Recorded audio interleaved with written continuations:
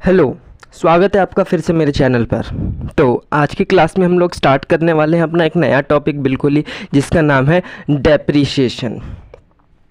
क्या होता है ये डेप्रीशिएशन, इसको कैसे अकाउंटिंग करेंगे, तो आज की वीडियो में यही सब हम लोग समझने वाले हैं। तो वीडियो को एंड तक देखना, बिल्कुल भी स्किप मत करना। और वीडियो में आगे बढ़ने से पहले मैं आपको बता दूं कि हमारे इस चैनल पर हम लोग अकाउंट्स की क्लासेस डेली अपलोड करते जा रहे हैं। तो अगर आपको कोई भी टॉपिक समझना हो तो आप हमारे चैनल की प्लेलिस्ट में जा सकते हैं। वहाँ पे प्लेलिस्ट बनी हुई है क्लास 11th अकाउंट की, तो वहाँ पे हमने टॉपिक्स कवर करते हुए आ रहे हैं। तो चलिए टाइम को भी ना वेस्ट करते हुए सीधा स्टार्ट करते हैं। डेप्रीशिएशन, क्या मतलब है डेप्रीशिएशन का?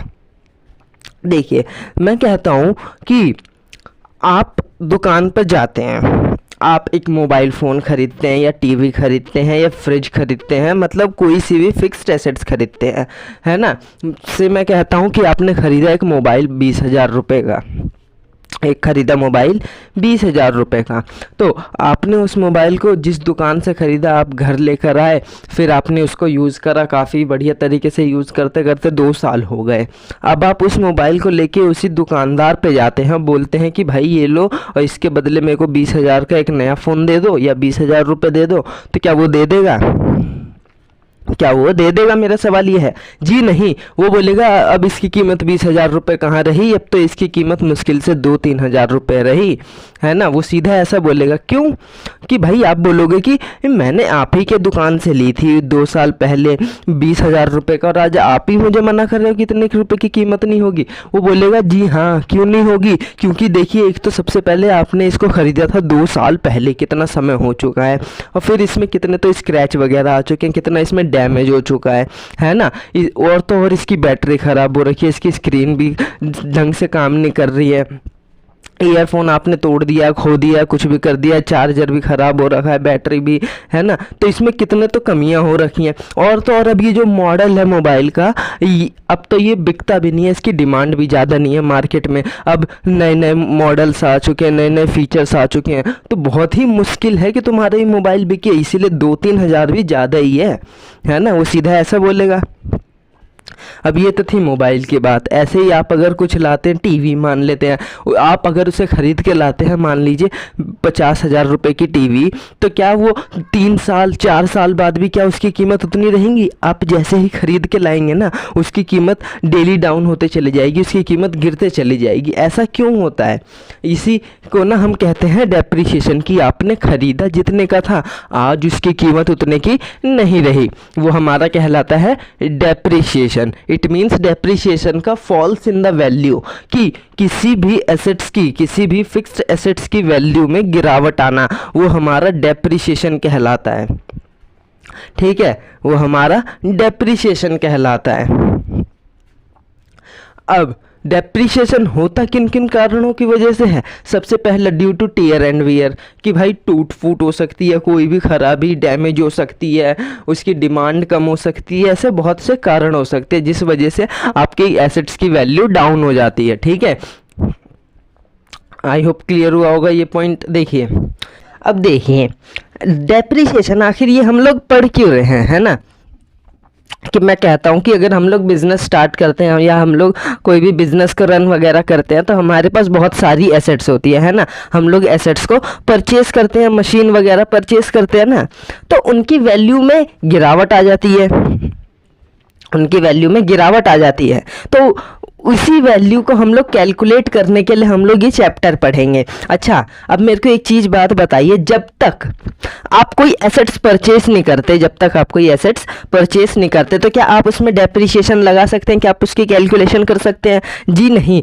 तो जब तक आप कोई एसेट्स ही नहीं खरीदेंगे, तो आप डेप्रीशिएशन की वैल्यू कैसे करेंगे, उसकी कैलकुलेशन कैसे करेंगे? तो नहीं करेंगे ना। तो याद रखना कि डेप्रीशिएशन की ज़रूरत तभी पड़ेगी जब आप कोई सामान खरीदेंगे। ठीक है, तो अब तो इजी हो गया है ना, कि हमें पता है कि एक बाय प्रोडक्ट है। ठीक है, अब मैं कहता हूं कि आपने खरीदा, से मैं कहता हूं आपको एक खरीदनी थी मशीन। हाँ, आपने खरीदी मशीन, बट अब वो मशीन थी काफ़ी बड़ी और काफ़ी ही ज़्यादा भारी, तो उसको वहाँ से, जहाँ से आपने खरीदी, उसको घर तक लाने का आपका लग गया भाई किराया। आपका लग गया किराया। और मैं कहता हूँ मशीन थी आपकी, मान लेते हैं 2 लाख रुपए की, ठीक है, और आपका उसमें लग गया किराया। किराया कितना लग गया, फॉर एग्जांपल मान लेते हैं हमारा किराया लग गया 25,000 रुपये लग गया। काफ़ी बड़ी मशीन थी, काफ़ी दूर से लेकर आए थे, ठीक है, तो हमारा 25,000 रुपये किराया लग गया। और फिर अब उस मशीन को हमें इंस्टॉल भी करना था, है ना। बड़ी मशीन होती है जैसे कि काफ़ी ज़्यादा प्रोडक्शन करने के लिए हेल्प करती है ना, तो ऐसी मशीन छोटी मोटी तो होंगी नहीं, उन्हें हमें एक फिक्स जगह पे कहीं पे इंस्टॉल करना पड़ेगा, उनके लिए एक स्पेसिफिक जगह बनवानी पड़ेगी, तो उसके लिए अलग से खर्चा लग गया। भाई हमें इसे इंस्टॉल भी तो करना है, उसका खर्चा अलग से लग गया। इंस्टॉल करने के लिए हम लोग किसी टेक्नीशियंस या किसी इंजीनियर्स वगैरह को बुलाएंगे, ठीक है, उनका खर्चा अलग से लग गया जी। देखिए भाड़ा लग गया, किराया लग गया और इंस्टॉलेशन लग गया। और साथ ही साथ जब भी हम लोग कोई भी एसेट्स वगैरह खरीदते हैं, कुछ भी खरीदते हैं, तो उस पर टैक्स तो लगता ही लगता है ना, तो उस पर टैक्स लग गया। अब देखिए मेरे को एक चीज़ बताइए कि आपने तो मशीन की कीमत सोची थी 2 लाख रुपए, बट उसको आपको दुकान तक लाने में कितने रुपए और लग गए। उसको दुकान तक लाने में भाई देखिए आपके 1 लाख रुपए और लग गए, है ना, 1 लाख रुपए और लग गए। तो अब उस मशीन की वैल्यू कितनी हो गई बताइए, 3 लाख रुपए हो गई ना। आप बोलेंगे कि भाई इसमें मेरे इतने रुपए और फूक गए, इतने रुपए और लग गए, है ना। यानी कि हमें यहाँ पे एक चीज़ की खास ध्यान देनी है, जब भी हम कोई एसेट्स को खरीदेंगे ना, कोई भी एसेट्स होगी उसको खरीदेंगे, तो उसमें लगने वाले और चार्जेस जो कि हमें उसे वर्किंग कंडीशन में बनाने होंगे, जिससे कि हमें उसे कहीं जहाँ से हमने परचेस करा उसे दुकान तक लाने के खर्चे और उसे वर्किंग कंडीशन में बनाने के खर्चे, वो सारे ही उसके कॉस्ट के पार्ट होंगे, वो सारे ही उसके कॉस्ट के पार्ट होंगे। अगर मैं कहता हूँ कि आप कोई चीज़ खरीदते हैं, मान लीजिए आपने एक फ्रिज खरीदा या फिर फ्रिज खरीदा, चलिए एक फ्रिज खरीदा। अब फ्रिज आपने खरीदा 10,000 20,000 रुपये का, ठीक है। अब फ्रिज को घर में लाएंगे, है ना, फ्रिज को तो खरीदा है, जाहिर सी बात है घर में ही लाने के लिए ना, तो आप उसे घर में लेके आएंगे, तो क्या उतना भारी फ्रिज क्या एक हाथ से उठा के आ जाएगा, नहीं आएगा ना। तो उसे आप लाने के लिए कोई सर्विस लेंगे किसी टेम्पो वगैरह की, तो उसका आपको किराया देना पड़ेगा, है ना। तो अब बताइए मेरे को कि आपने उस फ्रिज के ऊपर टोटल कितने रुपए खर्च करे, कि 20,000 का फ्रिज था भाई, आपका मान लेते हैं 2,000 रुपये या 5,000 रुपये मान लेते किराया लग गया, ठीक है। अब मेरे को बात बताइए वो फ्रिज दुकान से घर तक लाने में आपका टोटल कितना रुपए खर्च हो गया जी। मैं कहता हूँ या फिर कितने रुपए लग गए भाई, 25,000 रुपये लग गए। 5,000 रुपये उसी फ्रिज के ऊपर ही तो खर्च हुए, उसे हमें घर भी तो लेके आना था, हाँ। तो इट मीन्स कि हमें यहाँ पे ध्यान देना है कि जो हम एसेट्स परचेस करेंगे उसकी कॉस्ट तो जितनी रहेगी रहेगी, साथ ही साथ हमें उसके इंस्टॉलेशन, उसे हमें दुकान तक लाने के जितने भी खर्चे होंगे ना उस मशीन या फिर उस एसेट्स के ऊपर, वो सभी सब उसमें इंक्लूड होंगे, वो सभी उसकी कॉस्ट का ही पार्ट होंगे, ठीक है।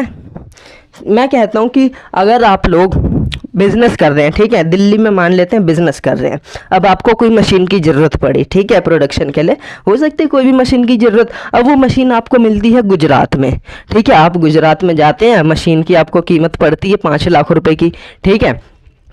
आप बोलता है भाई कीमत तो 5 लाख रुपए, इसमें टैक्स भी लगेगा आपका 50,000 रुपये, ठीक है, साथ ही साथ इसमें ड्यूटी वगैरह भी लगेगा, और फिर इसको वहाँ से हमें दिल्ली भी तो लेके आना है, उसका किराया, फिर उस मशीन को इंस्टॉल करना है, उसका किराया, फिर इंजीनियर जो इंस्टॉल करेगा भाई उसकी फ़ीस, ऐसे बहुत सारे लग रहे हैं ना।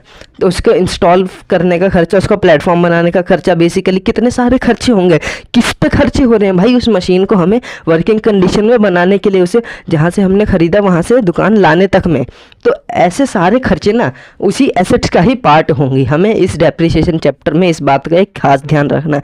अब अगर आप एंट्री पास करेंगे इसकी जर्नल एंट्री कि आपने मशीन कितने रुपए की खरीदी, तो बताइए कितने रुपए की ही पड़ी हमें ये मशीन। देखिए हम लोग क्या जर्नल एंट्री करेंगे, मैं कहता हूँ machine account debit to cash, कितने रुपए, 3 लाख रुपए, ये खास बात ध्यान देनी है, ठीक है। अब देखिए एक और एग्जांपल लेते हैं, फटाफट से समझते हैं।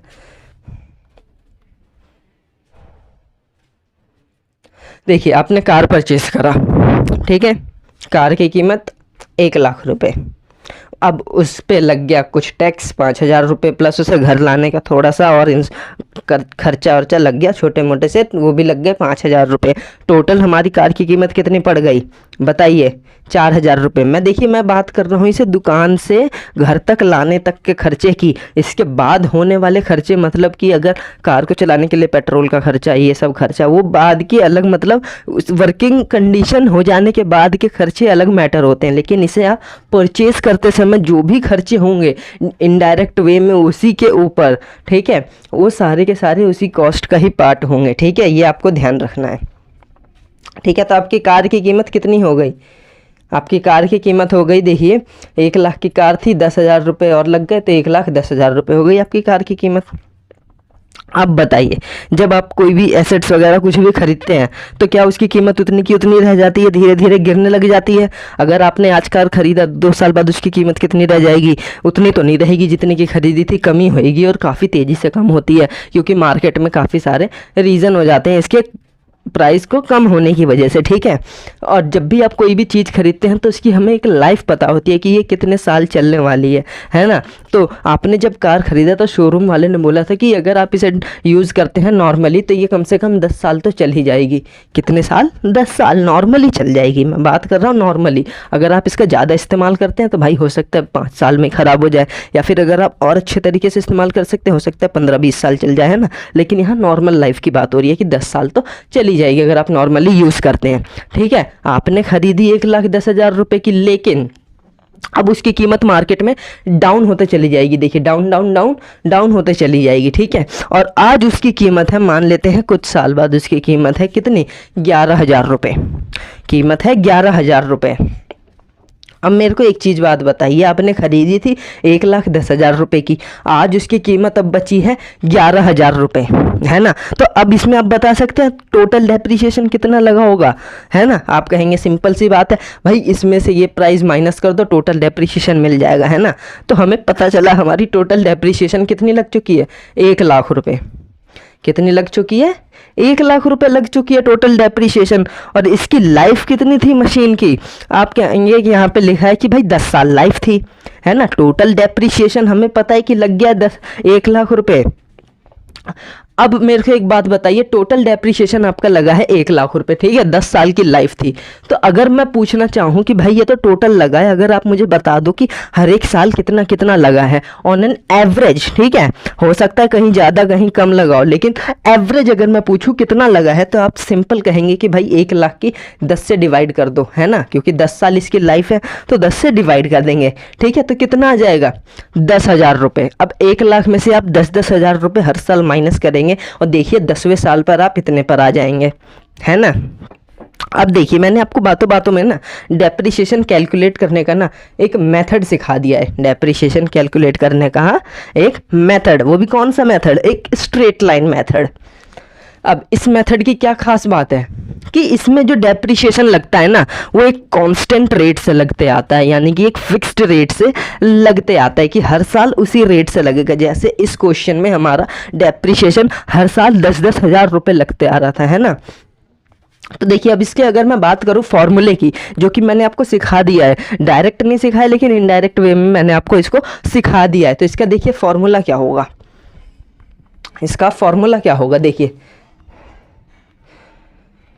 ये देखिए सबसे पहले हमें पता होना चाहिए कि जब भी हम डेप्रिसिएशन काउंट निकालेंगे सबसे पहले हमें उस एसेट्स की हमें कॉस्ट पता होनी चाहिए। और कॉस्ट कितनी थी? 1 लाख रुपए थी, ठीक है? और ख़ास बात और भी थी कि भाई कॉस्ट के साथ हमें देखना है कि उसमें और कोई से खर्चे तो नहीं लगे हैं, और जो जो खर्चे लगे होंगे इंस्टॉलमेंट के या फिर किराए राय जो भी उसमें खर्चे लगे होंगे ना वो भी उसके कॉस्ट के पार्ट होंगे। इट मीन्स कि कॉस्ट प्लस इंस्टॉलेशन सारे खर्चे उसी कॉस्ट के पार्ट होंगे, ठीक है? फिर हमने एक चीज़ ध्यान रखी कि भाई जब हमने उसे खरीदा था तब तो कीमत कुछ और थी, आज कीमत कुछ और होगी। तो डेप्रिसिएशन किस पे लगता है? जो कीमत जा चुकी है, मतलब कि आज जो कीमत है वो तो है, यानी कि इस रेट पे तो डेप्रिसिएशन लगेगा नहीं, है ना? यानी कि हमारे इस पीरियड में ही लगा है डेप्रिसिएशन। तो हमने क्या करा, आज उसकी जितनी भी कीमत थी ना उसको हम माइनस कर देंगे और उस कीमत को क्या कहेंगे? आज की कीमत को भाई उस कीमत को कहेंगे स्क्रैप वैल्यू। इस वैल्यू को कहेंगे हम लोग स्क्रैप वैल्यू,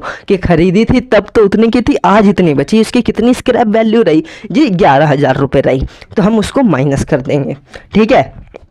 और फिर उसकी जितनी लाइफ होगी उससे हम उसे डिवाइड कर देंगे तो हमारा डेप्रिशिएशन आ जाएगा। देखिए यही फॉर्मूला लगा है। कॉस्ट कितनी थी, 1 लाख रुपए थी। 1 लाख प्लस इंस्टॉलेशन का कितना लग गया था भाई, 5,000 और 5,000 यानी कि टोटल 10,000। 1,10,000 रुपये हुआ और स्क्रैप वैल्यू माइनस कर दिया कितना भाई, 11,000 माइनस करेंगे तो 1 लाख रुपये बचा। अब इसकी लाइफ कितनी थी भाई, 10 थी। 1 लाख की 10 से डिवाइड करके देखिए आपका 10,000 रुपये आएगा। और फिर देखिए 10,000 रुपये माइनस करेंगे 10वें साल पे इसकी कीमत 11,000 आ जाएगी। तो ये तो था इसका डेप्रिशिएशन कि इसको हम लोग कैसे कैलकुलेट करते हैं, ठीक है। वो भी कौन से मेथड से, स्ट्रेट लाइन मेथड। और स्ट्रेट लाइन मेथड की खास बात क्या है कि ये हर साल एक फिक्स्ड रेट से लगता है, ठीक है, हर साल एक फिक्स्ड रेट से लगता है। अब एक चीज़ और बताइए कि क्या किसी भी एसेट्स की वैल्यू कभी भी जीरो हो सकती है। मैं कहता हूँ हमारे क्वेश्चन में हमने अभी कार परचेज करी है, क्या इसकी वैल्यू, रियल लाइफ बात करते हैं, इसकी वैल्यू कभी भी जीरो हो सकती है? जी नहीं। कैसे नहीं हो सकती? इसकी आप वैल्यू जितनी भी माइनस करते चले जाओ, लेकिन इसमें जो मेटल लगा है, इसमें जो लोहा लगा है, वो कुछ तो किलो का होगा, वो बिक तो जाएगा ना, कुछ तो रुपए मिलेंगे। तो कुछ एसेट्स ऐसे भी होते हैं ना जिनकी वैल्यू कभी भी जीरो नहीं हो सकती, और कुछ एसेट्स की वैल्यू भी जीरो हो जाती है, ठीक है। तो अब देखिए हमें पता चला कि डेप्रिशिएशन कैलकुलेट करने का एक मेथड, ठीक है, क्या, स्ट्रेट लाइन मेथड, वो भी हमने अभी सीखा, ठीक है। तो अब आपके दिमाग में सवाल आ रहा होगा कि इसे कैलकुलेट करने के कितने मेथड हो सकते हैं। मैं जब बोल रहा हूँ एक मेथड तो जाहिर सी बात है, एक बोला है तो और भी होंगे, है ना। तो इसके कैलकुलेट करने के बेसिकली हमारे सिलेबस में 11th क्लास में बेसिकली कितने मेथड है जी, 2 मेथड है। कौन कौन सा मेथड है, एक स्ट्रेट लाइन मेथड, एक return down value method. Straight line method अभी अभी हम लोगों ने जो डिस्कस करा कि ये कांस्टेंट रेट से लगते आता है, ठीक है। और रिटर्न डाउन वैल्यू मेथड ये हम लोग बाद में डिस्कस करेंगे, ठीक है। अब जो स्ट्रेट लाइन मेथड है ना, इसको हम लोग कई और नाम से भी जानते हैं। कौन कौन से नाम से, fixed instalment method, fixed instalment method, या फिर ओरिजिनल कॉस्ट मेथड, ठीक है। इसको हम लोग स्ट्रेट लाइन मेथड के एक और नाम से जानते हैं। तो आई होप आपको ये इंट्रोडक्शन टाइप की कुछ बेसिक क्लास काफ़ी अच्छी लगी होगी। अब जो नेक्स्ट वीडियो आएगी ना, उसमें हम लोग इसके अकाउंट बनाना सीखेंगे। उसमें हम लोग डेप्रिशिएशन को अकाउंट्स में कैसे उसमें पोस्ट करेंगे, उसको कैसे हम लोग शो करेंगे, हम लोग वो सब सीखेंगे, ठीक है। स्ट्रेट लाइन मेथड से सीखेंगे, फिर हम लोग रिटर्न डाउन वैल्यू मेथड से भी सीखेंगे। तो अगर आपको ये वीडियो अच्छी लगी होगी तो प्लीज़ वीडियो को लाइक कर देना, चैनल को सब्सक्राइब कर लेना, और वीडियो को अपने दोस्तों के साथ ज़्यादा से ज़्यादा शेयर करना, और कमेंट करना अगर कुछ चीज़ समझ नहीं आई हो, ठीक है। मिलते हैं नेक्स्ट क्लासेस में।